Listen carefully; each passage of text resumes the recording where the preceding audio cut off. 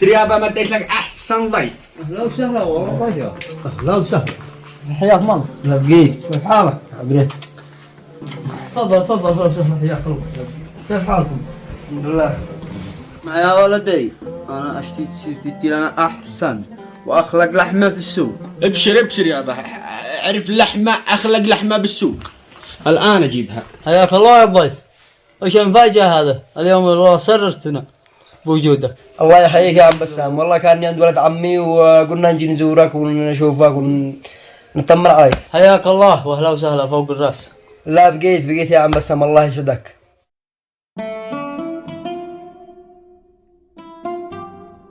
ما عندي ما نسوي. اشتي تدي لي لحمه احسن لحمه عندك في المحل. معايا ضيف اليوم، معانا ضيف غالي قوي علينا. تعرف الا لحمة دجاج تقول زبادي. تقول زبادي؟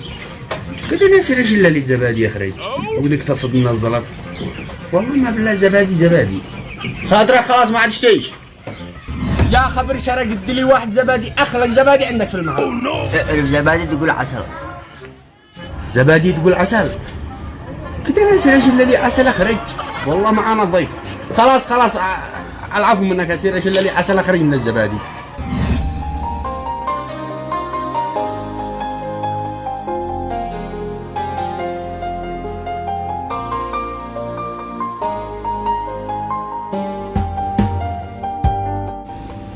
السلام عليكم. وعليكم السلام. ما ندي ما نفعل الشيء عسل بلدي معانا الذي تشتهي. عرف ندي لك عسل رقم واحد.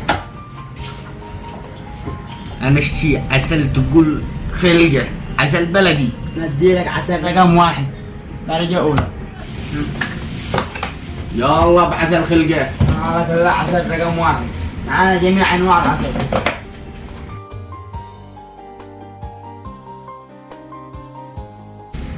صافي تقول ما. صافي زي الماء؟ كده قد معانا ما صافي بالبيت اخرج. مش زي الماء، صافي تقول ذا. لا قدو صافي زي المحسن، وذاك معانا ما صافي خلقه في البيت. خلاص ما عاد اشتي خاطرك.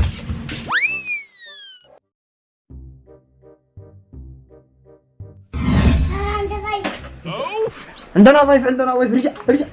عندنا ضيف.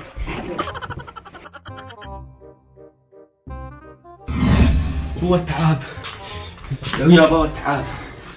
واخيرا جيت. هي وين اللحمه؟ القصة وما فيها يا با. أول حاجة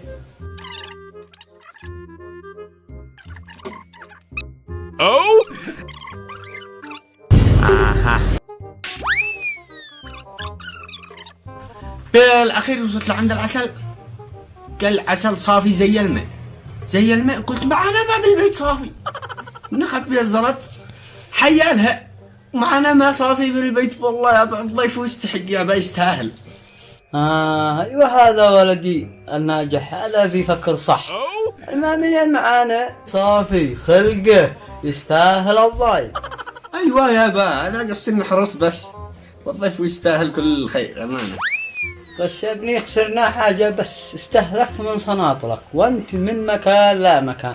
لو كان فكرت لها من اول وخارجت انا من الخسارة. لا والله يا با فكرت لا ما قصك.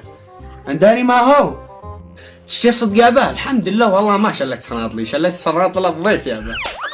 والله انك داهية يا ابني قرح. اننا نفكر. خاطركم اكرمكم الله ما عاد اشيلهم ولا شيء. الكريم الله الكريم الله ما خسرنا لا شيء.